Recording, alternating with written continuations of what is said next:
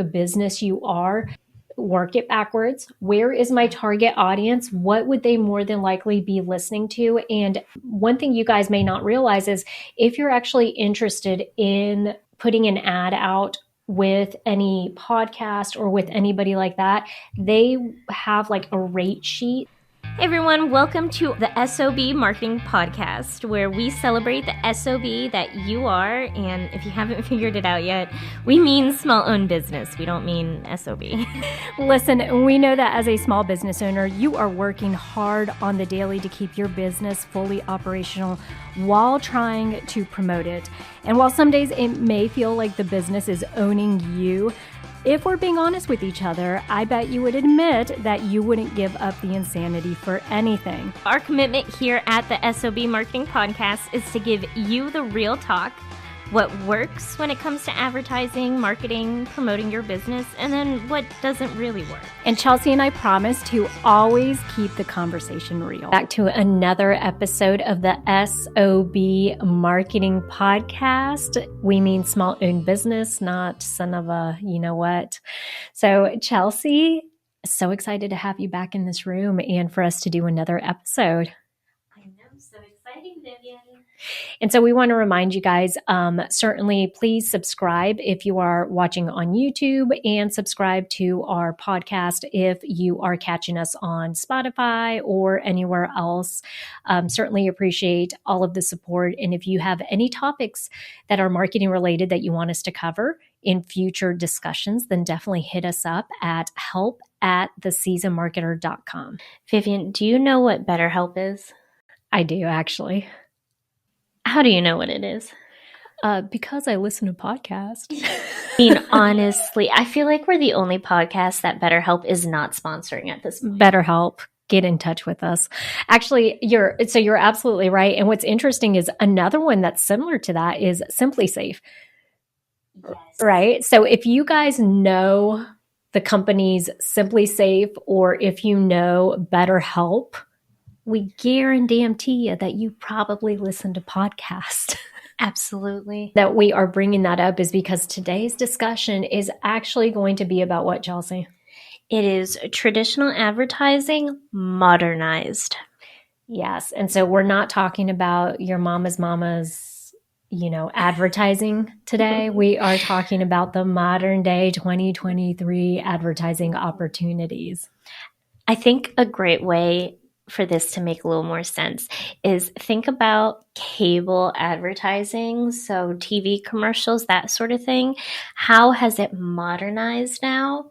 Hulu. Netflix. And Netflix. Yeah. And so what's HBO Max. HBO Max. Yeah. What's really weird is I would be curious. I mean, I'm acting like we have an audience here, show of hands. How many people are actually still watching cable TV? Because even if, let's say, the only thing I ever really watched on cable TV towards the end there was if it's like a college football game or it's the news. And even now, you can catch that stuff on these dedicated channels through streaming. So like ESPN, ESPN Plus. Mm-hmm. And then Facebook and all of that, or just going to their actual websites for like the news. Yeah. And a lot of news channels actually do have channels on Hulu. And oh, okay. What we're talking about today is how that has shifted and what that looks like in modern day, right? So same opportunity, tweaked a little for today's access or use. Yes, and let's continue with this Hulu example. So I actually did some research on how small businesses can advertise with Hulu. So how it works is that they verify and approve your business first, but then after that whole process, you can go in and just create your own campaigns. You can pause them, you can cancel them, start them. You can target people by zip code, interest, and show genres, which I thought was interesting. Oh. And they have an entire analytics system so that you can track your campaign's progress. One thing to note, though, is that their minimum spend per campaign is $500.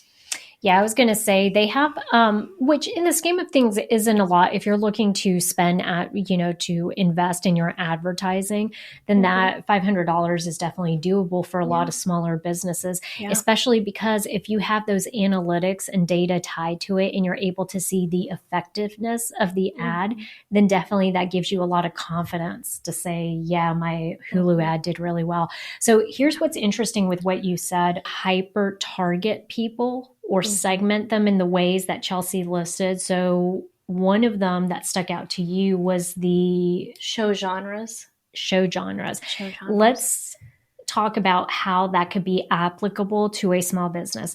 Let's Yeah. say that you own a toy store, Mm-hmm. right? And so obviously you would want to put your ad in front of families. And so Mm-hmm. if it's children programming or if there are specific shows that are related to family centric Yeah. communities, then Mm-hmm. that would be something that you could zone in and target on to Mm-hmm. ensure that you're not misusing or I always like to think about it as like overage, right? So, for Mm-hmm. example, with traditional advertising, like let's say billboard, like Chelsea Mm-hmm. had mentioned at one point, what would happen is you could invest $500 to run an ad, a television ad, and you would get a whole wide range of households. I mean, they Yeah. could target to some extent, but it was very, very limited. Yeah. And with this, it seems like you can really drill down. Would be if you're a culinary store that sells like pots and pans or stuff like that, you could Yeah. focus on cooking shows. Yeah, that's awesome. Or Mm-hmm. even, I mean, listen, if you're a restaurant and you want to draw the foodies in, Yeah.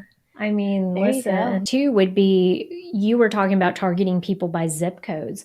Mm-hmm. If, let's say, you have a storefront, like we know someone that is going to be opening a vinyl record store soon in Oh, Somerville. so exciting. Yeah, so it's something where you have a storefront where people can drive to, then it would be helpful to segment and target people by zip code because obviously you wouldn't want to be putting that in front of people that are in another state or, Yeah. upstate or over 2 hours away unless you're specifically targeting like visitors, Mm-hmm. daytime visitors. But I do think that's where it kind of helps to be able to zone in.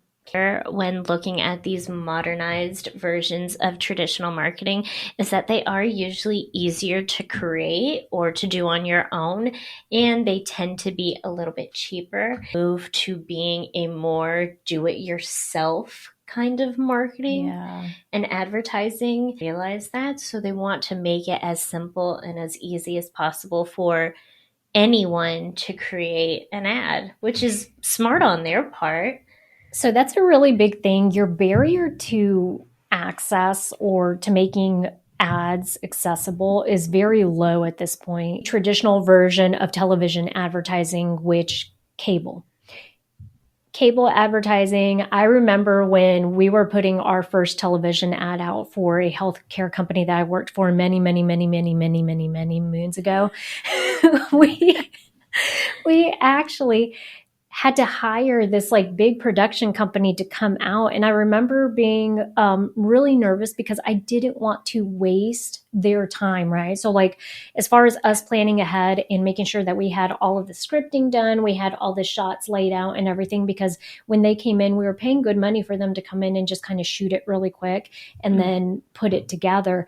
That's no longer the case, y'all. Like, the thing is, you now can do a lot of this with your own cameras, if not sometimes with phones, which is crazy, right? What is it? It's the iPhone what? 14. 14. And you told me that's not even the like. It's just the iPhone 14. All right. The video quality on this thing, I'm a Droid user. It makes me want to go switch to iPhone just because of the video quality. It's insane. And I'm not very good at actually working iPhones, which is sad. But that's the thing is the video quality on some of these phones that you're carrying around is very good and very sharp. And sometimes you could get away with doing video content on there that you can utilize for these ads. Like, Vivian, I ain't got time for that. Like, I would not be wanting to put my ads together. The other thing is, even when you're hiring professionals at this point, because there are so many people that are focused on like video or content creation and stuff, you can likely find somebody that's within your budget. And so it just makes it more accessible across the board. Now, that's not to say that traditional cable TV advertising is not useful. It's definitely a viable option if you'd prefer to do that. Maybe you don't want to create your own ad campaign. Also, remember that those companies usually have professionals that are going to help you throughout your process of actually creating the ad as well. So if you want a professional's help, they're there for you. It's still something to consider. I wouldn't just write off traditional advertising like cable ads or something like that. Again, it's always thinking about who you are as a small business owner, what you are able to do with your budget, and the best way to find your target audience. Yeah, definitely spin it like Chelsea's saying. So think of it as, who am I targeting and where are they at now? Right? What are they watching? Where are they hanging out? Where are they congregating to after, they're done working and all this stuff? Figure out what their patterns are and then incorporate your ads and do stuff that puts ads in front of what they're naturally doing throughout the day. There are still plenty of people who watch cable TV, I'm sure. I don't want this to sound bad. I'm sure that segmented by age, you probably see a higher population of people within a certain age group that may still be doing that. A lot of, sometimes people, it's just a habit. Like, some people just want to keep doing what they're doing. And so I think that's where it comes in. We always say you want to know your target audience, and that is so important when it comes to selecting any type of advertising. Now, I will encourage people to experiment. Y'all, it's fun to go out there and experiment. And listen, if something doesn't work out and you spent $500 on it, I think you need to figure out at what point you're going to say, okay, well, at least I experimented, I tried, I know that's not for me, I know that's not going to work for my business, or is it going to work and maybe my ad just wasn't right, right? So I think there's such a variety of things that could happen within that range, but don't be fearful to get out there and try. If you're like, I watch Hulu all the time. I know that my target audience watches Hulu too. And you've been wanting to try it out, but you're like, I just don't, know if that's going to be right. You're not going to know until you actually try it out. And there are so many resources out there. I actually did a video on our Seasoned Marketer YouTube channel on OTT advertising, and that stands for over the top advertising. And it basically is talking about this Hulu, and it covers a little more in detail all the stuff Chelsea's talking about now about the requirements. There are resources out there for you online if you're curious about how people have gone setting their accounts up, and if you're curious about if it's worked in your industry for other advertisers. I guarantee you could find something online that kind of addresses that. This is related, but also isn't related. We watch Hulu. Why do you always, every damn episode you say that? This is related, but it's not related, but it's kind of related. It's kind of related. Tim and I watch Hulu a lot. We don't pay for the without ads. We don't care. We'll watch ads. But Tim says that he prefers watching Hulu over Netflix because of the ads, because then he knows what's going on in the world, which definitely is not how ads work.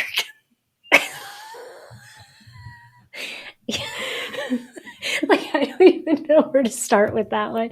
Yeah, definitely not how ads work, Timothy. So I would not rely on advertising to get your news. That's very not the place to go, and not reality. No, absolutely. Oh my gosh. But okay, so this brings up preference though. Let's talk about this, because Chelsea and I were having a sidebar conversation before we hit record about, all right, so she was asking me, what'd you ask me, Chelsea? Do you use Pandora or Spotify? And there is a wrong answer for me personally, but go ahead. But I told her I do both. And this is really weird. Sometimes you cannot make sense of the way some people function. I happen to be one of those people, okay? Because I don't even know why I function this way. I think because I started on Pandora years ago, I have certain shows that I prefer to watch on Pandora. Okay. And, or listen to. So a lot of my crime podcast, I listen to on Pandora. Okay. All right. Then I watch, or I use Spotify because on Spotify, I like watching stuff like Joe Rogan and stuff like that because the video component's on there as well. It streams the video. But then I also like the way the music plays better on Spotify. So for all of my jam sessions, I use Spotify. Pandora, I do for crime. I don't know. Pandora is your crime podcast place? Okay, that's fine. I don't want to come off as mean, but I personally hate Pandora. And I started with Pandora because that was the only option back in the day, right? And then Spotify came on. Chelsea also broke how many what were they called? Those little things. You didn't have MP3 players? Yes. You broke like 4 MP3 players. My parents, y'all, were buying her MP3 players for like an entire year because she was either losing or breaking them.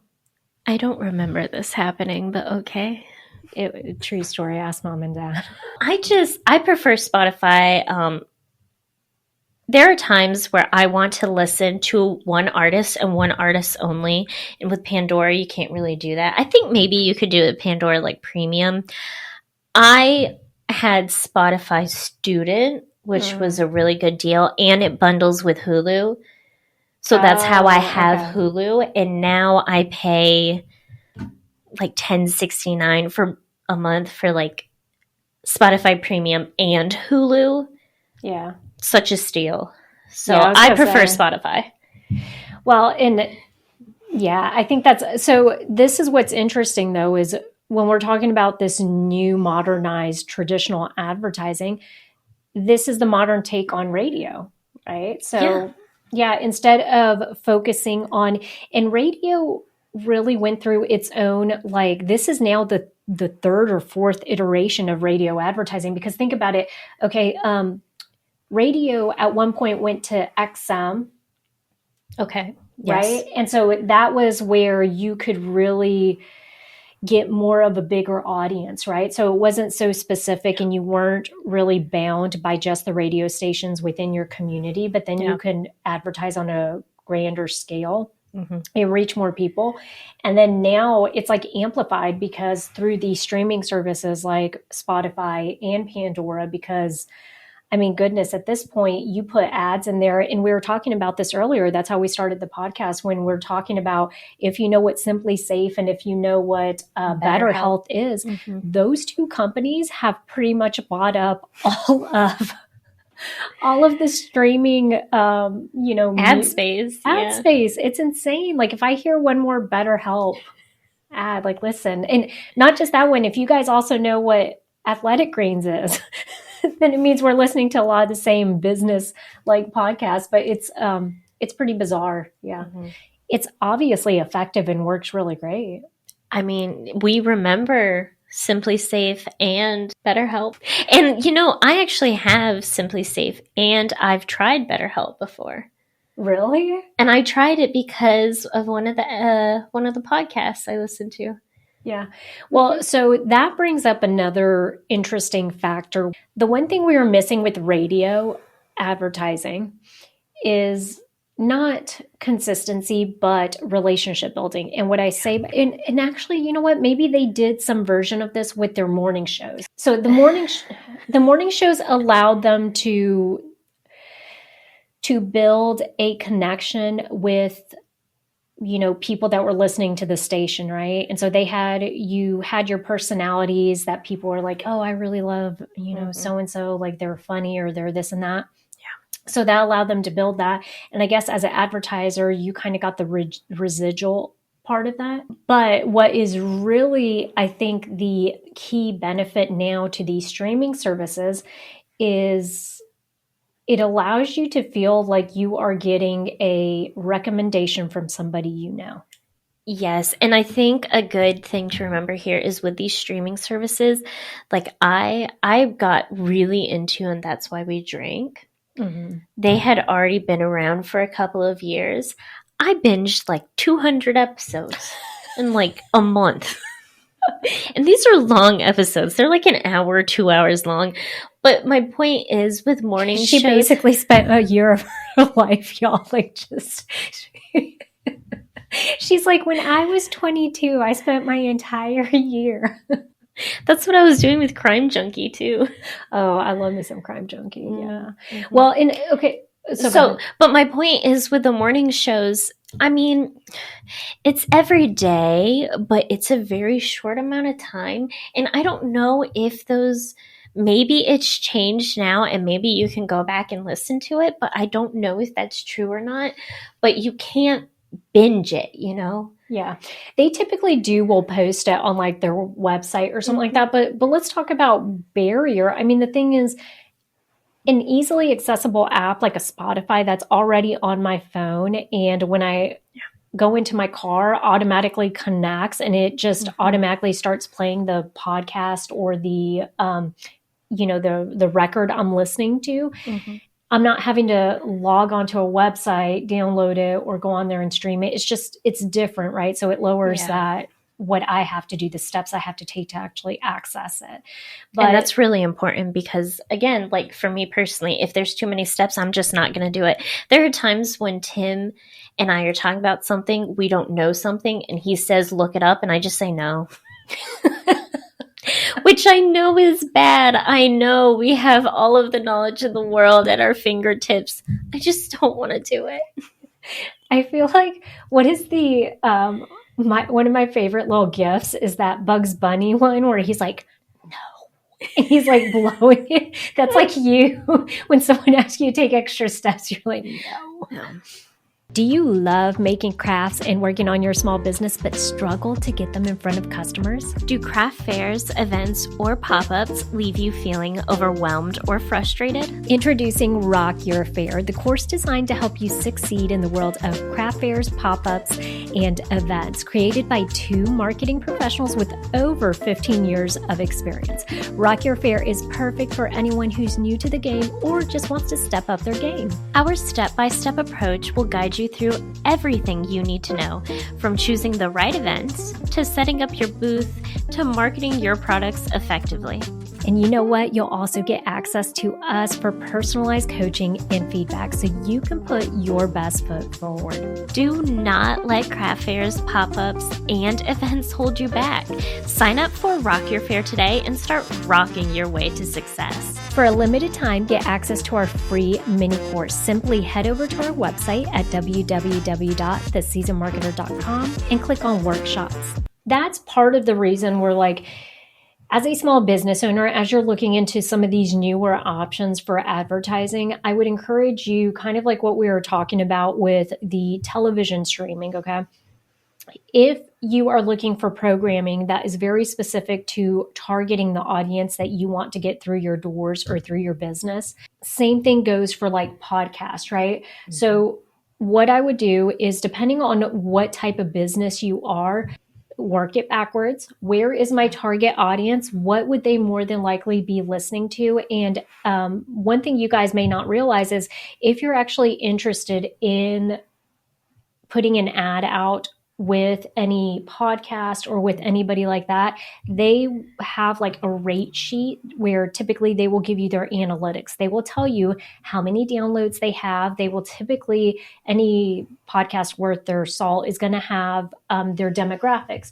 Who are their primary demographics? What are they listening to? All this stuff. And so that way you can make a really good educated decision about whether that programming is right for you. But I do think, doesn't Spotify funnel, like you could do Spotify ads and Spotify will select? Yes, you can also do ads specifically with Spotify or Pandora, and they will select the right podcasts if you want to focus on podcasts, or if you want to do it instead by music genre. There's actually also probably multiple companies out there, but I personally have used in the past AudioGo. Okay. which you can create a audio ad and they will post it across the board, Pandora, Spotify, iHeartRadio. Now, I actually was never able to actually get this ad live because a lot of stuff was going on at this healthcare company. But the process of doing it was very simple. They had customer service that if you needed help, they were there to help you. So You could do it. Can you back that train up though real quick and tell me, it had, you not being able to get the ad launched had nothing to do with the platform? Yes. Okay. It had nothing to do with the platform. It was internal decisions going on. Yes. Well, it was research. Okay. Clinical research. There are a lot of, you don't realize this, Red but tape. for clinical research, the ads that you see had to go through so much red tape for them to be able to actually be posted, to the point that I spent months on this ad and it was never able to actually go live. It was all internal. AudioGo was a wonderful platform. It was very simple to use. You could spend a specific amount. You could focus on zip code, music genres, podcast genres, all that kind of stuff. And it was very intuitive. How did you, so for small business owners that are out there, that's like, oh, I didn't realize that I could just go to one platform and they would cover iHeart and Spotify and Pandora for me. They would blast my ad out over those 3 channels.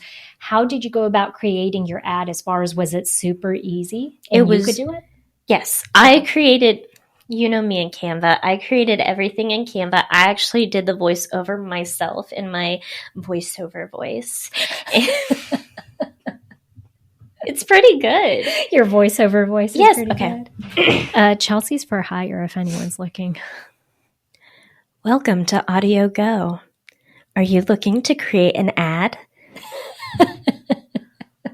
Amazing. Very professional. You can hire me. But the point is... Can I just... I've always thought this, and I say this to friends all the time.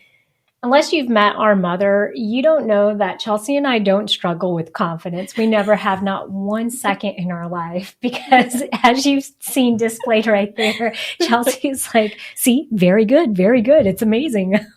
It was very impressive. I know.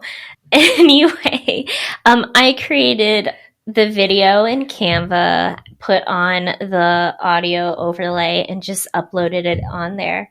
It's very easy to use. Just create an account. There are some specific types of ads that they will have to approve.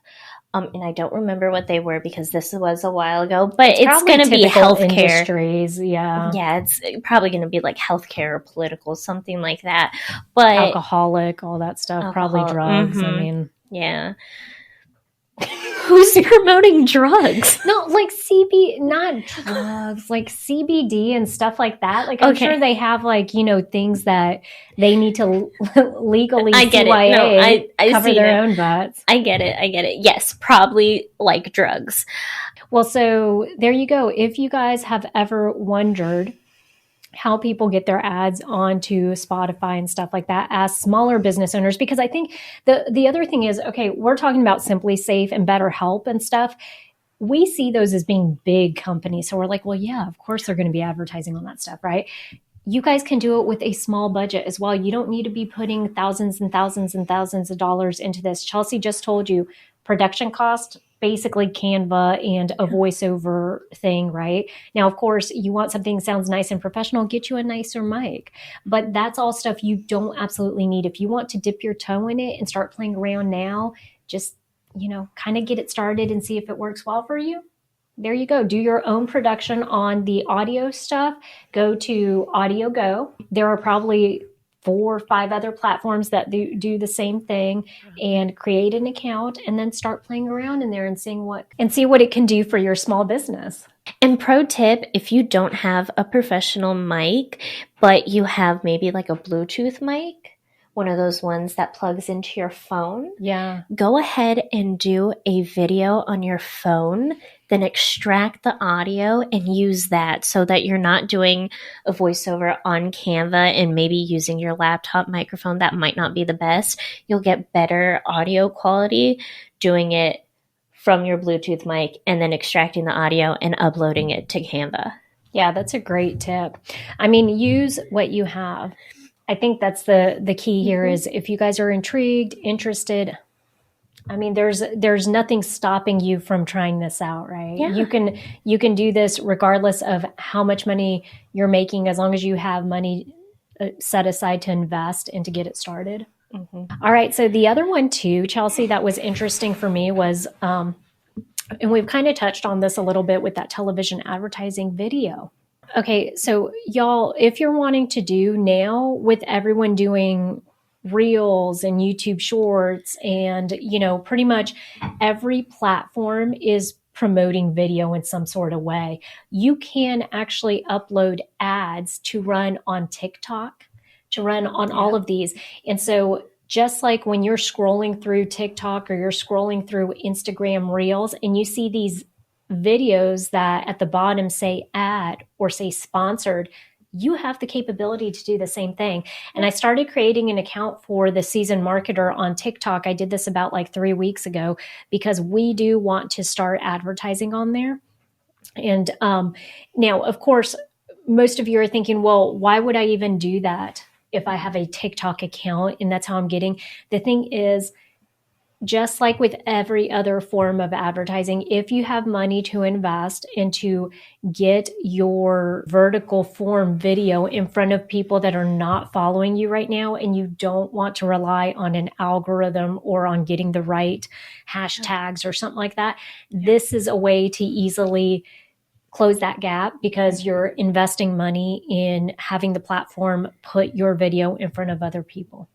I think when we're thinking about social media strategy and social media marketing, we can sometimes forget that, yes, we can use our videos as ads. We're focusing so much on organic and beating the algorithm and stuff like that. But you can take your short form videos and actually create ads out of them. And I think that's a great way to go, especially for small businesses. Yeah. And now, I do want to clarify that when we're saying if you have like a little pot of money and you want to use it to place a TikTok ad or to even do like an Instagram ad, I am not talking about boosting a post or anything like that. What I'm talking about is essentially creating an ad that's a standalone ad. And now it doesn't have to be salesy. It can actually provide information and be intriguing and informative and what they're calling edutainment these days. Entertainment, but it's educational. So there's a way to capture an audience, but not using a post or something you've already done, but actually creating an ad that's going to funnel them to a particular product or service of yours. And that's something that, to your point, I think sometimes I know I get into this, like I always think to myself, organic, you want it to be natural, you want it to be organic.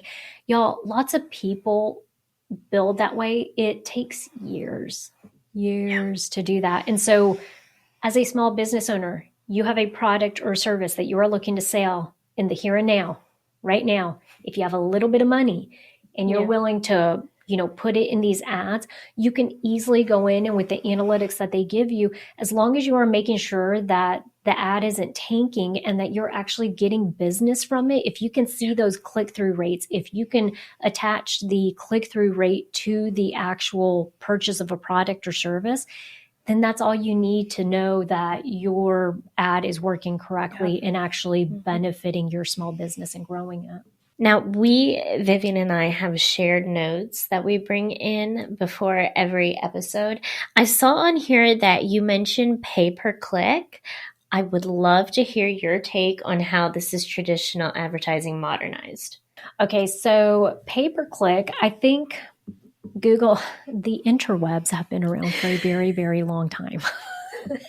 There is a common misconception, I think, that the only way to appear on Google search results is through search engine optimization. And listen, as professional marketers, we're here for that all day long. Okay. Yes. A good blog post, good video content, good laid out websites will get you on those Google search results pages. There is no shame in actually paying to appear on those results too. And the thing is, like Chelsea is talking about with every other one of these that we've talked about, you can narrow down your focus so well, not just by geographic area, but by search terms, what people are looking for. And where this comes into play is this. If, let's say, you have a particular service or business and you're not thinking about your competitors, or you're not thinking about how these subsequent topics are appearing in that. Let's say window tinting for a car. Okay. You just bought a brand new car. You want to get your windows tinted because the South Carolina sun is a little hot. As a window tint company, I know that the likelihood of somebody tinting their windows right after they purchase a car goes up by like 75%. I'm making that number up. Okay. But if that's what I know from being in the industry, then why would I not go into Google and actually do a pay-per-click ad that targets people who are buying cars in my local area? If they are searching for brand new cars, for car dealerships in my area, why would I not have my ad appear somewhere in there, right? It's kind of just tweaking your strategy just a tad so that way you're putting yourself, front of mind earlier on in the process. And when we're talking about pay-per-click, y'all, if you see PPC ads, that's what they're talking about, pay-per-click. And it just means you don't pay unless someone clicks. All right. So that's the beauty of it. You can sit there and look at the analytics, and for every click that you get, that's what you're going to pay per ad, right? And the key here is when you're going in and looking at the price point, there are some keywords that are going to be cheaper than others, right? And it's all correlated to, search volume and all that stuff. But this can be a great option for small businesses that are really like, hey, I have a tight budget.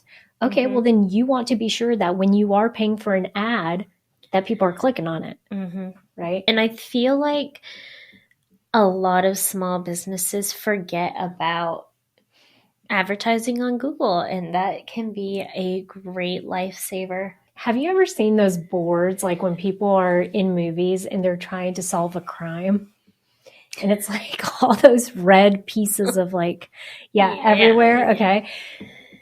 I think to some extent we forget that it's not just what's in front of us, right? So if we actually sit there and strategically think about our small business and the way people utilize our products and services, we can't come up with these little like red tapes of like how everything is interconnected. And so if you are that company that is saying, hey, I can reach this person before they even put it into Google for window tinting, right? Like I'll catch them, I'll start putting my name in front of them when they're looking at purchasing a car. So then that way their next logical step after purchasing the car is, okay, now I need to find a company to go tint these windows. Well, there you go. Now they've seen my ads like 10 times. Yeah.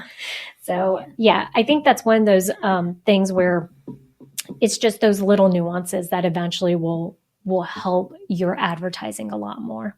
So we do have one more way that we have modernized traditional advertising. It is online professional networks and groups. Yeah. And I love this as someone who I'm good at networking. I have to be in the mood for it.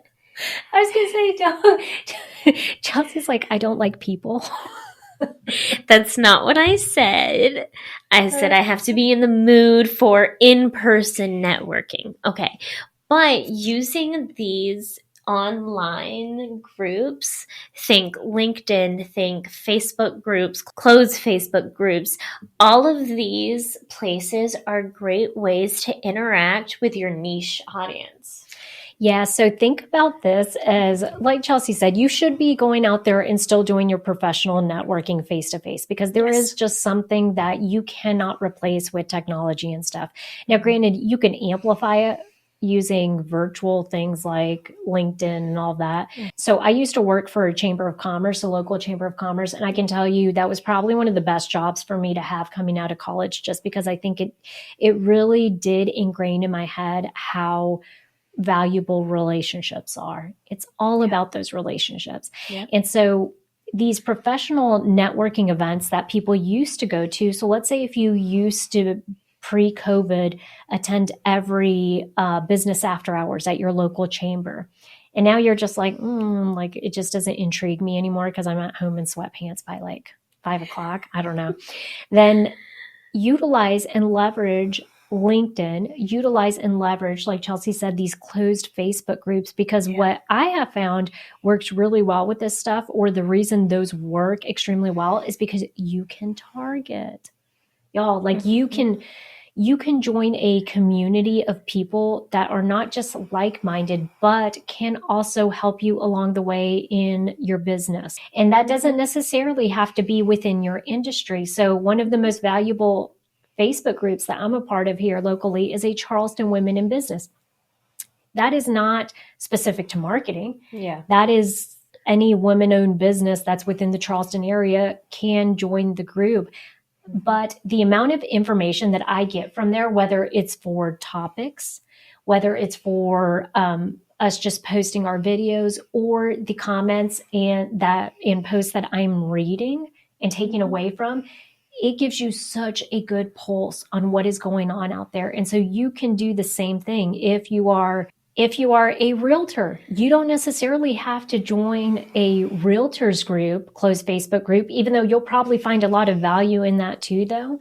But you can join local community groups, right? So like join the neighborhoods in your area, because then that's going to give you access and information to that particular area. And so those are definitely things that a way to modernize the typical professional networking. I think our main takeaway from this episode is just consider these options. If you're looking for something new, maybe you want to advertise on a podcast, maybe you want to advertise across Spotify, not just a specific podcast. I mean, there are places that you can get it done. There's ways to do it. Just go ahead and consider all these options for your small business. And if you guys have any questions or anything like that, we're here as a resource. So feel free to send us an email at help@theseasonedmarketer, and we'll gladly answer any questions. We can't guarantee that we'll know the answer to it, but you know what? We are resourceful as hell. So I will tell you, we'll probably find someone that can help you out. Thanks again for tuning in, and be sure to subscribe and share this episode with a small business owner that you love and support if you think that they can definitely take something away from it. Absolutely. And be the best S.O.B that you can be.